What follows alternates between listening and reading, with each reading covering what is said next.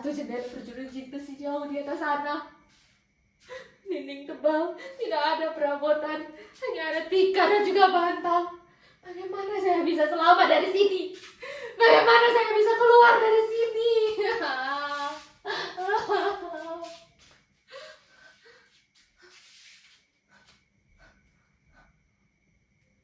Mudasir? Ini kamu, Mudasir? Bagaimana caranya kamu masuk kamar ini? Mudasir, ini saya, Atika, istrimu. Dulu kamu mengantarkan saya ke Jakarta. Kita berpisah di Bandara Soekarno-Hatta Cengkareng. Dan kamu cerita di surat, selepas mengantar saya, kamu langsung pulang ke kampung untuk mengurus sawah. Sampai setahun lebih kita mengirim surat, hingga musibah datang dan surat-suratmu tidak saya terima lagi. Mudasir, kemarilah. Kenapa? Apa saya sudah tidak punya daya tarik lagi? Dulu kamu sering bilang saya cantik. Kecantikan saya alami, tanpa bedak dan juga ginju. Kamu sering bilang begitu dulu. Saya tahu, Mudasir, mungkin penyiksaan ini sudah membuat saya tidak secantik dulu lagi. Mungkin saja sekarang saya sudah seperti gombal busuk dan sangat menjijikan. Tapi kamu menikahi saya lahir batin, kan? Kamu tidak hanya menikahi wajah saya, kan? Kalau begitu, ayo, kemari. Selamatkan saya dan keluarga saya dari sini. Lalu kita pulang kampung bersama-sama. Sudahlah, berbicara tentang kekacauan penanganan TKW seperti saya memang sering kali membuat dada ini sesak. Mudasir, ayo, mendekatlah agar kita bisa saling menyentuh. Kenapa tetap diam di sana? Itu adalah tempat saya buang air besar dan buang air kecil. Di kamar ini tidak ada WC dan juga kamar mandi. Ini hanya sebuah kamar yang entah untuk kamar siapa dulunya. Dan mengapa saya ada di sini? Saya juga tidak tahu. Mana bisa saya tulis di surat? Saya tidak punya perangko, saya tidak punya amplop, saya tidak punya pulpen. Di kamar ini tidak ada apa-apa. Terang kalau siang karena matahari dan malamnya gelap karena tidak ada lampu. Saya tersiksa di sini, Mudasir. Mengapa kamu tidak menolong? Sebelum dijebloskan ke dalam kamar ini, saya dipukuli. Semua anggota keluarga ikut memukuli. Pipi, dahi, kepala, kaki saya semuanya dipukuli. Saya mendapatkan pukulan itu dari keluarga majikan saya. Dan seluruh anggota tubuh saya menjadi bulan-bulanan mereka. Mereka memukuli saya dengan tongkat besi, kaki, dan juga setrikaan panas. Saya berteriak kesakitan, bertanya apa salah saya. Yang saya dengar hanyalah teriakan dasar pencuri, bajingan, tidak tahu diri. Hanya itu yang saya dengar. Mereka berulang kali meneriakkan pencuri kepada saya. Tapi tidak ada pengadilan yang bisa berpihak pada saya. Yang ada hanya kamar ini. Sebelum saya dimasukkan ke sini, kepala saya ditutupi karung dan saya diseret. Sebelum pintu mereka kunci, karung dibuka dan saya ada di sini sampai sekarang. Lihatlah, luka-luka di sekujur badan saya. Mungkin sudah lebih dari sebulan saya di sini. Dan bagaimana caranya saya bisa bertahan? Mereka kasih saya makan 2 kali sehari. Dan setiap hari saya harus makan dengan piring dan juga gelas yang kotor.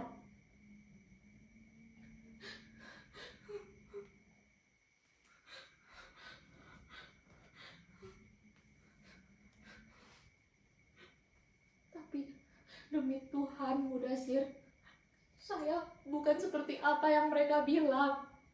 Saya bukan pencuri. Saya menerima gaji karena saya bekerja.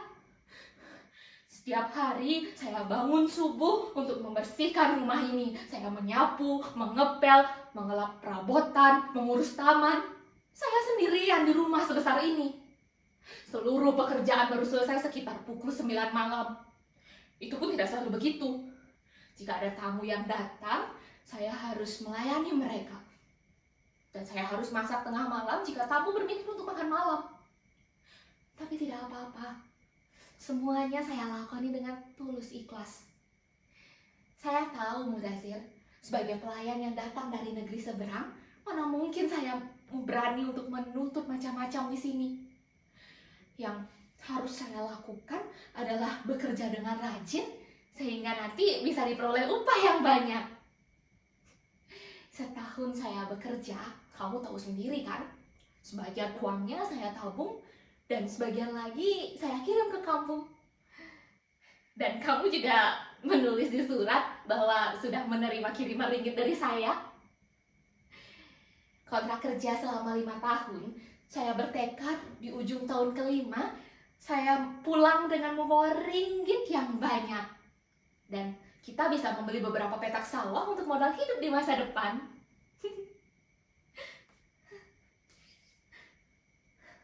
Tapi di bulan ke-13,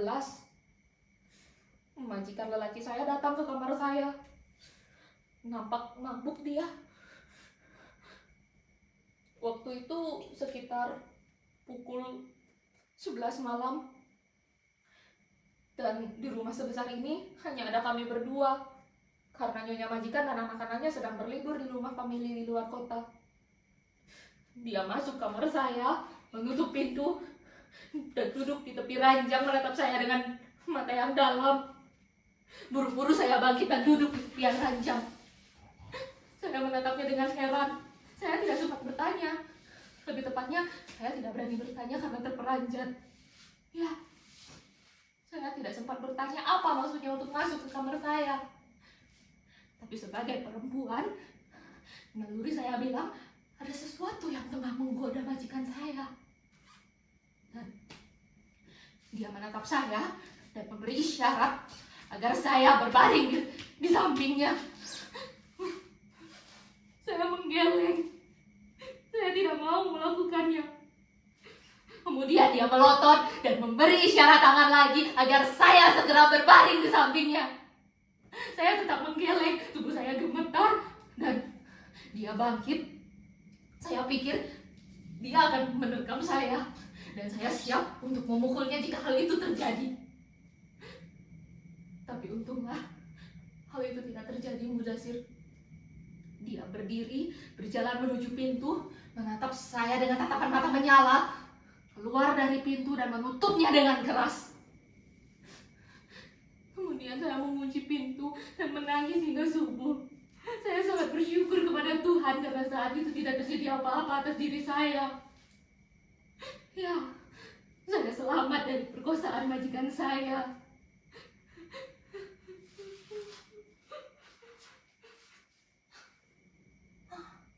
Mudasir, ya, saya tahu. Barangkali itu adalah satu-satunya kesalahan saya. Ya, saya menolak hajat majikan saya. Itulah sebabnya kenapa bisa saya disiksa seperti ini dan dikurung di dalam kamar ini. Ya, itulah penyebabnya. Ya, memang penyiksaan tidak langsung saya terima pada saat itu. Sampai bulan ke-15, keadaan masih berjalan normal.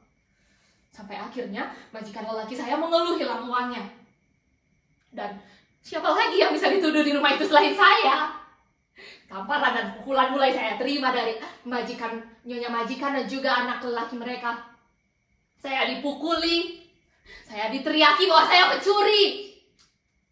Dia mengambil tongkat besi dan juga setikaan panas karena saat itu saya sedang menyetrika. Saya kesakitan.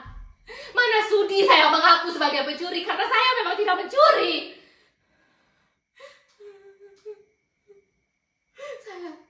berani bersumpah saya tidak pernah mencuri. Saya tahu hukuman akhirat dan saya yakin akan hukum sebab akibat. Dan di bulan ke-16, di sanalah nasib dan masa depan saya ditentukan. Anak lelaki majikan mengeluh hilang uangnya. Begitu juga dengan anak perempuan mereka. Kemudian majikan lelaki saya datang, mengeluh hilang uang lagi, dan kali ini jumlahnya sangat amat banyak. Ya, dan sayalah itu. Sayalah kambing hitam yang harus menanggung akibatnya. Lagi dan lagi saya dipukuli. Bertubi-tubi kepala saya diinjak. Saya disepak seperti bola ke sana dan kemari. Apakah saya bisa membela diri? Tidak. Kemudian saya diseret dan saya ada di kamar ini. Sampai sekarang. Ya, penyiksaan ini memang sangat tidak jelas konsepnya. Tapi ini kenyataan. Dan penyiksaan ini sama sekali tidak pernah ada dalam impian saya. Tapi saya mengalaminya. Kenapa saya mengalaminya? Kenapa harus saya?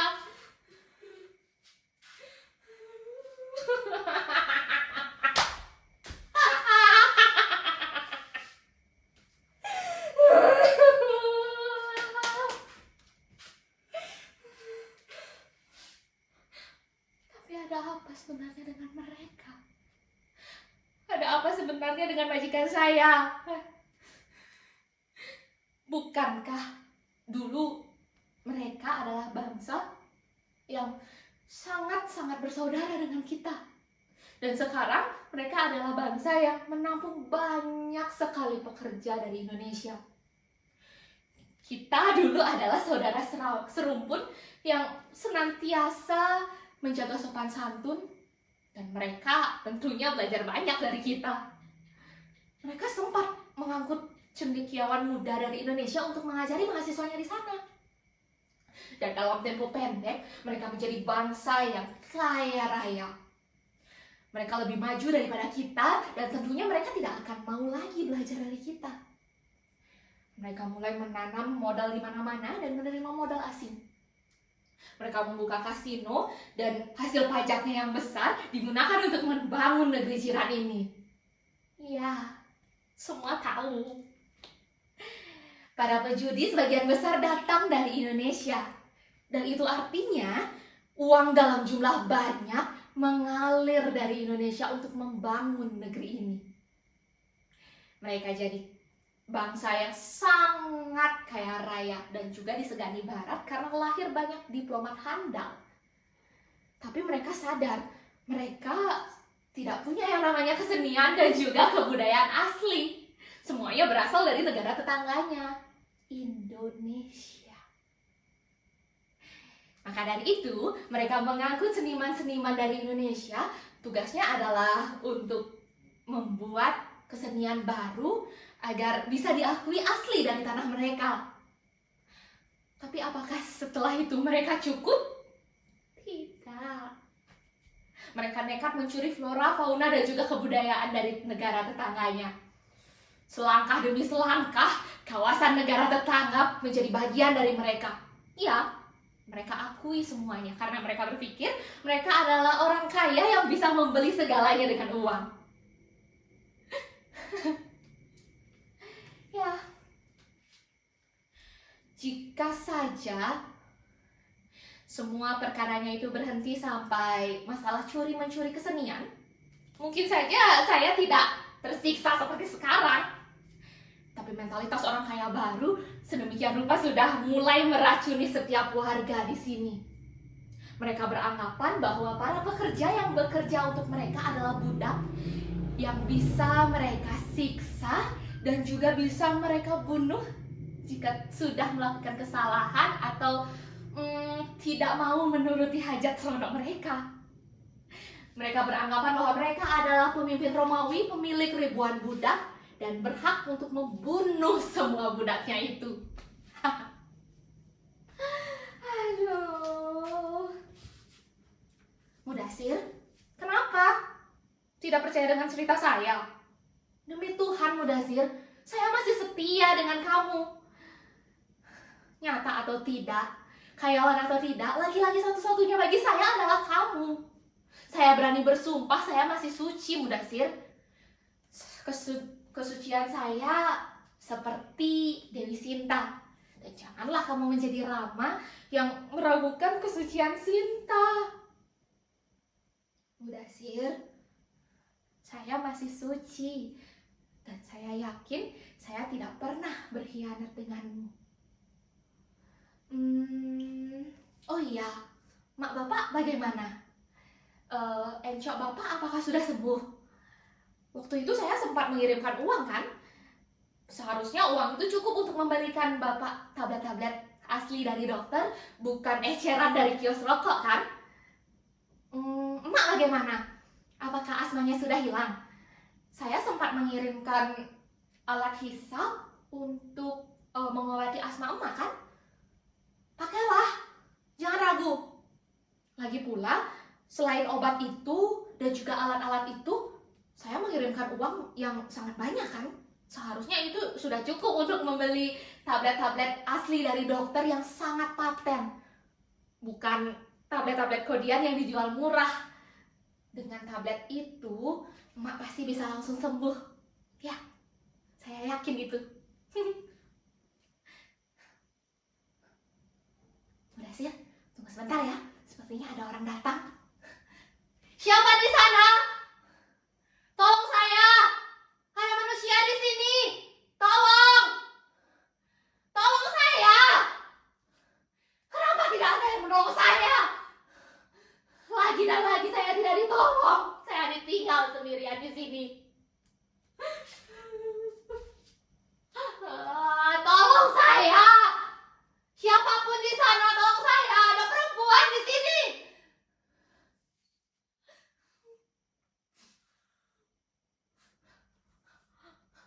Mudasir, kamu di mana? Mudasir, Mudasir, kenapa kamu meninggalkan saya? Kamu juga ikut pergi. Kamu belum menolong saya. Kamu belum meninggalkan pesan apapun untuk saya. Kenapa kamu sudah pergi, Mudasir? Mudasir, Mudasir.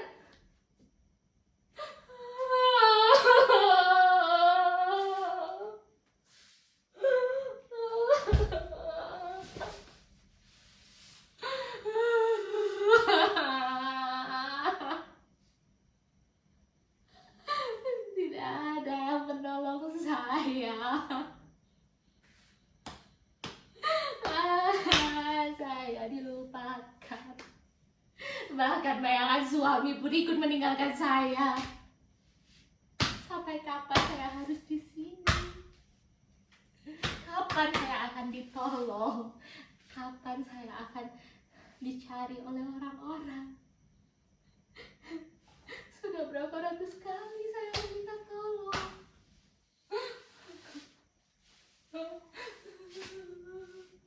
Mudasir, kenapa kamu tidak menolong saya?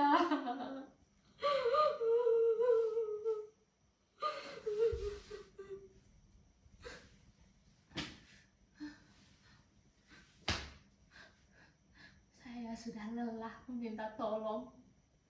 Sudah berapa ratus kali saya meminta tolong. Tidak ada satupun orang yang menolong saya. Saya sendirian di sini dan saya sekarang sudah habis. Tidak ada harapan lagi untuk keluar dari sini. Sehari, 2 hari saya hilang. Mungkin masih bisa dianggap sepele. Tapi ini sudah hampir sebulan.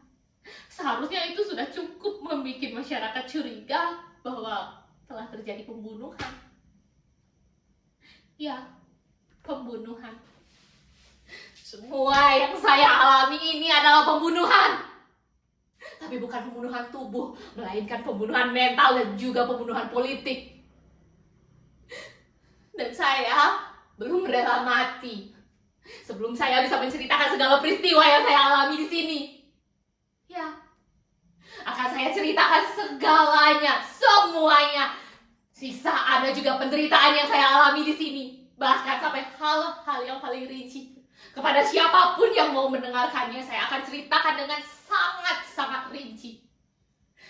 Orang yang salah harus menerima akibatnya. Kesalahan saya harus dijelaskan. Siksaan yang saya derita harus dijelaskan. Saya tidak rela mati tanpa orang-orang tahu. Sudah berapa banyak luka dan penderitaan yang saya terima di sini.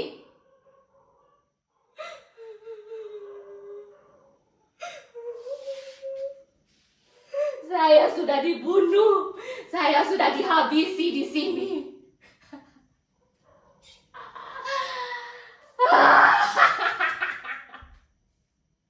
Pembunuhan mental dan juga pembunuhan politik. Semua mereka lakukan agar percaya diri kita hilang. Dan kita akan selalu beranggapan bahwa kita adalah bangsa pelayan yang tugasnya adalah untuk menjadi budak mereka. Berapa lama lagi kita akan seperti ini? Berapa lama lagi kita akan disiksa, dianggap sebagai bukan manusia, dan dihapus dari peta dunia tanpa ada pun yang tahu? Berapa lama lagi? Berapa lama lagi kita harus menjadi budak mereka? Berapa lama lagi kita harus disiksa di sini, dibunuh di sini tanpa bisa membela diri? Ayo, tolong kita semua, karena kita semua ada di pinggir jurang. Jangan tolong saya karena saya sudah mati, tapi tolonglah kita semua karena kita semua sedang ada di pinggir jurang. Jangan jadikan diri kalian